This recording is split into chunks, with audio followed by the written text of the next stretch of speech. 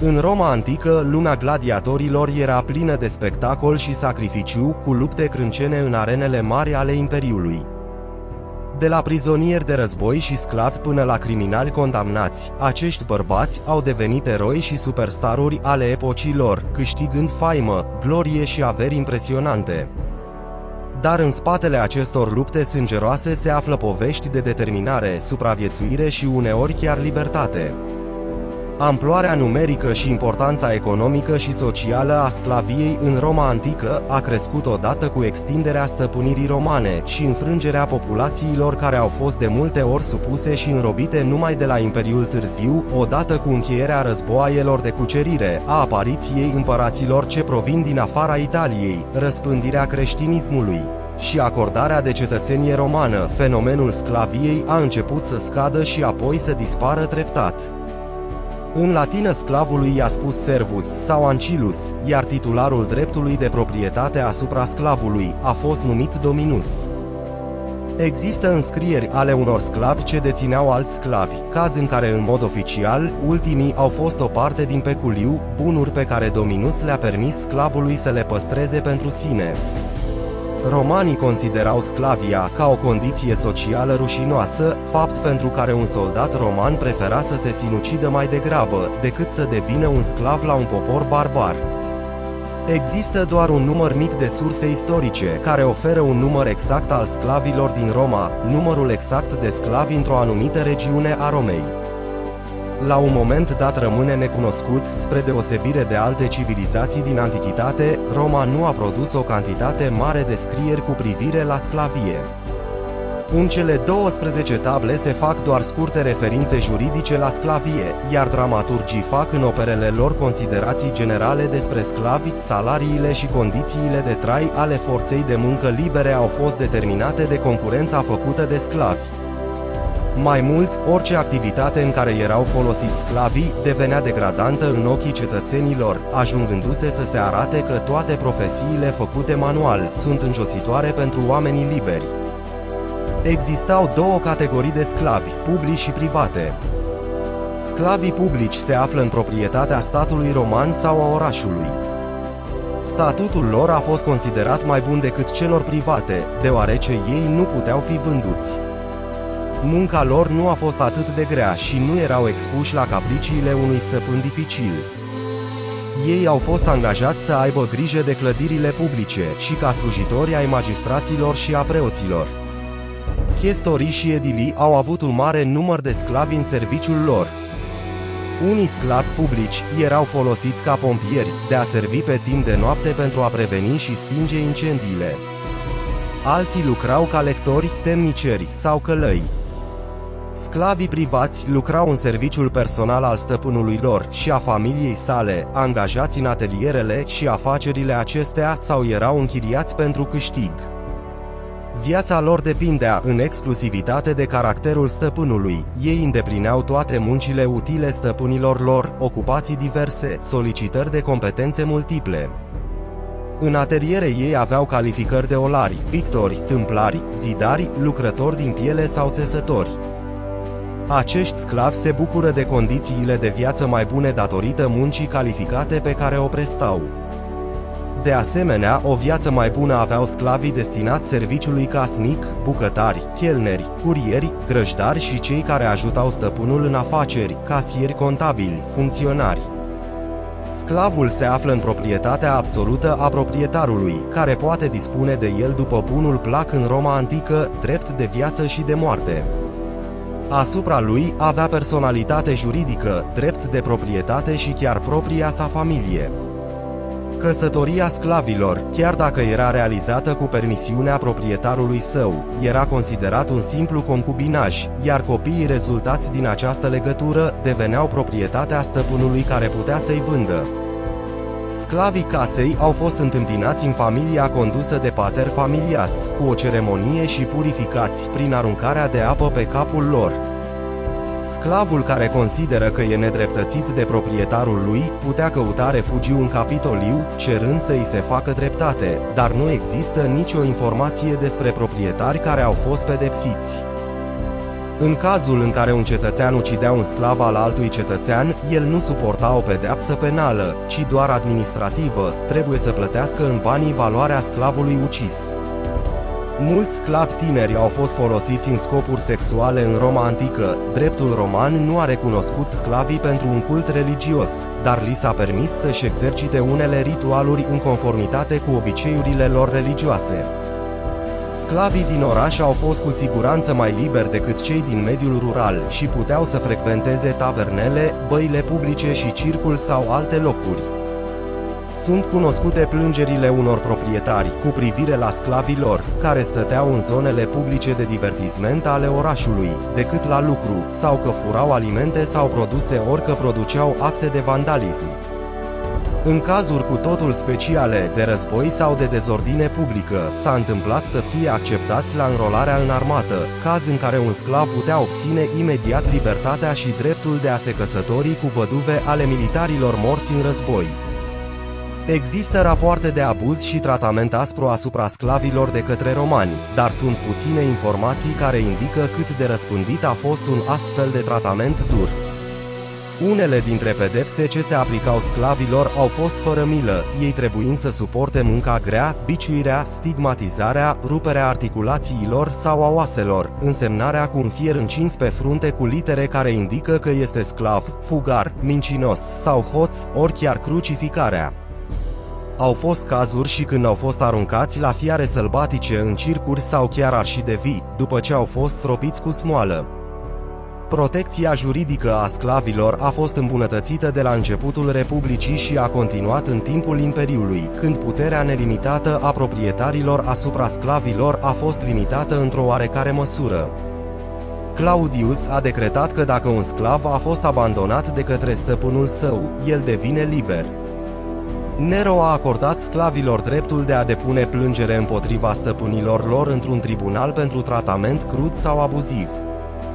Pius a oprit uciderea de sclav de către proprietarul său, fără un motiv întemeiat, caz în care acesta putea fi judecat pentru omor. Hadrian a decretat că un stăpân nu mai deține puterea asupra vieții unui sclav, iar Constantin cel Mare a definit uciderea unui sclav ca omor. Cruzimea deliberată împotriva sclavilor a fost dezaprobată de către societatea romană, care i-a recunoscut pe sclavi ca ființe umane. Romanii au văzut în general diferența dintre sclav și om liber ca o diferență de statut, nu ca pe o chestiune de superioritate rasială. Firește, există multe povești macabre despre abuzuri și pedepse brutale, însă există și multe relatări despre unii sclavi care au fost complet devotați stăpânilor și care au suportat oribile torturi și au preferat moartea mai degrabă decât să-i trădeze. Și totuși, în continuare, punctul de vedere roman asupra sclavilor a fost unul de dispreț. Amabilitatea față de ei a fost rară, chiar văzută ca un semn de slăbiciune. Majoritatea cetățenilor romani considerau că există un pericol constant de revoltă a sclavilor, fapt care reprezintă o amenințare gravă la adresa statului roman și aceasta justifica în mintea lor luarea unor măsuri severe pentru ei. Sclavii au căutat de multe ori să obțină libertatea prin evadare, Roma interzicând adăpostirea sclavilor fugari. Prinderea sclavilor fugari era făcută de profesioniști angajați pentru a-i vâna. Anunțuri postate pe ziduri ofereau descrieri precise ale sclavilor fugiți și ofereau recompense. Fugarii prinși puteau fi pedepsiți cu cruzime și marcați în frunte cu litera F de la fugitivus. Uneori sclavii purtau în jurul gâtului un guler de metal nituit, inscripționat pe un astfel de guler păstrat la Roma, scria: "Am fugit, prinde-mă, dacă mă predați înapoi lui Zonius, stăpânul meu, vei fi răsplătit." Sclavul își putea schimba condiția socială doar prin obținerea eliberării atunci când devenea liber. Denumirea provine de la sabia romană gladius, gladiator, însemnând inițial luptător cu sabia. Soarta celui cu care se lupta era decisă de publicul amfiteatrelor sau arenelor de luptă, aceștia exprimându-și dorința de a-l lăsa în viață pe gladiatorul învins, ridicând degetul mare în sus, sau dorința de a fi omorât de gladiatorul victorios lăsând degetul mare în jos. Gladiatorii aparțineau unei școli de gladiatori, conduse de un lanista roman. Acolo aceștia învățau scrima și arta sabiei. Gladiatorii care își redobândeau libertatea se numeau rudiari. Luptele cu gladiatori erau foarte populare în Imperiul Roman și modelul lor a fost împrumutat, se pare, de la etruscii. Primele jocuri cu gladiatori cunoscute astăzi au avut loc în anul 300, înainte de Hristos, iar prima luptă între gladiatori a fost înregistrată în Roma în anul 264, înainte de Hristos. În anul 404, împăratul Honius a interzis luptele cu gladiatori. Numele de gladiator provine de la sabia scurtă gladius pe care aceștia o foloseau în luptă. Aceștia erau prizonieri de război, sclavi sau criminali, așa că statutul de gladiator le convenea adeseori pentru că putea fi sinonim cu drumul spre libertate, se luptau între ei sau cu animale pentru a distra mulțimea, nefiind oameni liberi. Gladiatorii aparțineau și locuiau în școlile de gladiatori, erau cazați în barăci împărțite în celule, aveau un teren mare pentru antrenamente și antrenori special pentru fiecare tip de luptă. Marile școli aveau și locuri speciale pentru spectatorii care doreau să asiste la antrenamentele lor. Se pare că în Imperiul Roman existau peste 100 de asemenea școli, iar cele mai faimoase erau cele din Capua, unde a fost antrenat chiar Spartacus, și cea din Pompei, îngropată de Vezuviu în anul 79. Viitorii gladiatori se antrenau uneori chiar și 3 ani înainte de a intra în arenă, luptau apoi doar o dată sau de 2 ori pe an. La inaugurarea Coloseului au fost ucise 5.000 de animale sălbatice și 4.000 de animale domestice.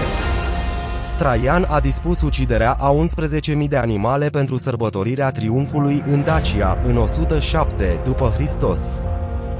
Cererea crescândă de spectacole a adus în pragul dispariției a speciilor cele mai impresionante de animale din Imperiu. Adevăratul spectacol începea abia după amiază, când intrau în arenă gladiatorii. Aceștia proveneau din rândurile criminalilor, sclavilor sau prizonierilor de război, dar erau instruiți în școli speciale. Unele lupte erau doar înscenarea unor bătălii între 100 de gali și 100 de arabi, astfel încât soldații romani să știe la ce se pot aștepta la hotare. De cele mai multe ori, însă, gladiatorii luptau 1 la 1, pentru ca publicul să le poată savura măiestria fără să-i fie distrasă atenția. Luptele se desfășurau după amiază și erau însoțite de avanpremiere cu o zi sau 2 înainte de luptă. Gladiatorii erau expuși în public, iar pe stâlp se pictau programe cu orarul luptelor date despre cei mai importanți luptători și scene de luptă.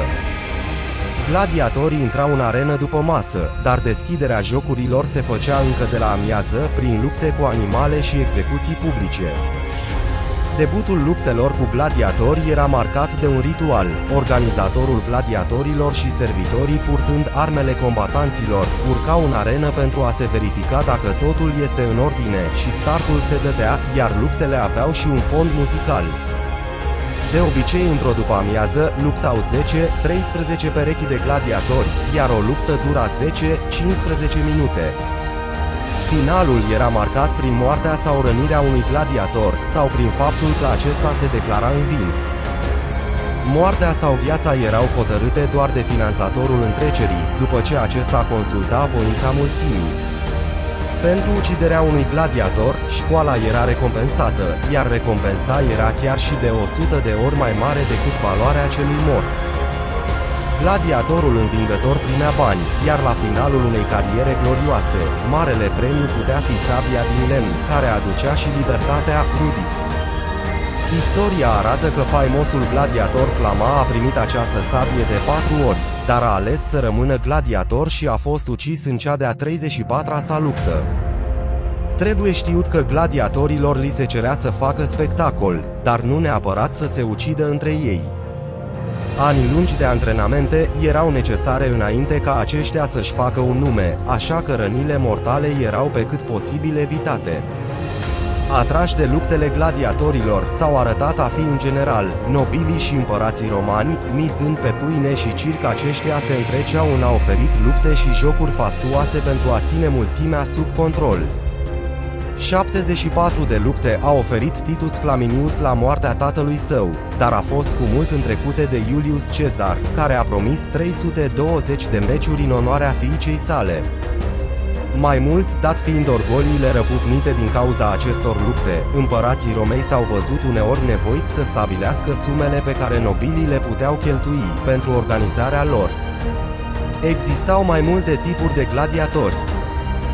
Secutor care își alegea adversarii din arenă, tracian care avea o armură ușoară și lupta împotriva gladiatorului Hoplomachus, cel protejat de o armură grea, Pretiarus care lupta cu o suliță cu 3 vârfuri și o plasă ca un năvod, Samnitul care avea scut dreptunghiular și cei care erau specializați în lupta cu animalele Bestiarus. Doar 10% dintre gladiatori mureau în luptă, puțini dintre ei depășeau vârsta de 30 de ani, dar acest fapt era cauzat de alte boli și nu de uciderea în arenă. Datorită mâncării consistente și îngrijirilor medicale, gladiatorii trăiau mai mult decât mulți dintre romani. Gladiatorii stângaci se bucurau de o atenție aparte. Datorită rarității lor, gladiatorii erau antrenați să moară cu eleganță, luptătorul învins trebuia să-și ofere gâtul pentru lovitura finală, fără prea multe lamentații stânjenitoare, fără a cere îndurare ori a încercat să fugă, după fiecare luptă care se încheia cu moartea. Slujitorii travestiți în zei ai lumii subpământene ieșeau în arenă și se asigurau că învinsul nu simulează că e mort. Departe de ochii lumii la morga arenei, slujitorii supravegheați cu strășnicie de un funcționar roman, despuiau cadavrul de armura valoroasă și spintecau beregata luptătorului, ca să fie sigur că nu e o înșelătorie faptul că e mort. În politica imperialistă a Romei, ci și în fascinația pentru gladiatori și cu cel mai cunoscut sport al Imperiului, luptele cu gladiatori. Conceptul jocurilor gladiatorilor își are rădăcinile în etruscii, predecesorii romanilor. În societatea etruscă, jocurile gladiatorilor trebuiau să facă parte din ritualurile funerare care cinsteau morții. Astfel, luptele gladiatorilor aveau inițial o semnificație sacră. Cu toate acestea, de-a lungul secolelor, aceste jocuri funerare au devenit o formă de divertisment, iar cea mai timpurie luptă de gladiatori romani se spune că a avut loc în anul 264 înainte de Hristos. Mulți gladiatori s-au luptat pentru că au fost forțați în arenă, fiind prizonieri de război, sclavi sau criminali, cu o condamnare la moarte. Utilizarea inamicilor învinși ai Romei în aceste jocuri se reflectă în unele tipuri de gladiatori. Astfel, luptele pot fi văzute ca o modalitate pentru romani de a reface războaiele pe care le-au avut cu supușii lor cuceriți. Dar nu toți gladiatorii au fost forțați să intre în această industrie, în ciuda vieții grele și precare, gladiatorii au fost superstarurile vieții de atunci. Beneficiile care se regăsesc în lupta pe arenă, faima, gloria și averea au fost suficiente pentru a atrage unii oameni să devină gladiatori în mod voluntar. Cu toate acestea, dovezile unor astfel de gladiatori sunt extrem de slabe. Este de asemenea consemnat faptul că unii împărați romani au participat chiar la jocurile gladiatorilor. Început lupta cu o lance și avea un pumnal ca armă de rezervă. Acest gladiator avea un scut circular mic cu casca înfundată, uneori plonjată o pază de braț și pază de luptă pentru protecție. Traex, acest gladiator avea un scut rotund sau pătrat și lupta folosind o sabie tracică curbată, totodată avea și o cască pe cap în formă de meduză. Rudiarius a fost un tip rar de gladiatori care și-a câștigat libertatea, dar a ales să se întoarcă la luptă în arenă. Acești gladiatori erau în general foarte populari în rândul publicului. Cu cât mai multe victorii obține un gladiator, cu atât era mai valoros, iar popularitatea gladiatorilor victorioși era evidentă în Roma. Unele dintre sculpturi dezvăluie numărul de victorii pe care le-au avut gladiatorii precum Petronius Octavius, 35, Severus 55 sau Nascea 60, altele au fost scrise pentru a sugera că gladiatorii erau destul de populari. Până în secolul al IV-lea după Hristos, popularitatea jocurilor gladiatorilor era într-un declin, întrucât Imperiul Roman a adoptat creștinismul ca religie oficială. Cu toate acestea, abia în 404 după Hristos, jocurile de gladiatori au fost interzise în totalitate de împăratul Honorius, din cauza martiriului Sfântului Telemaus.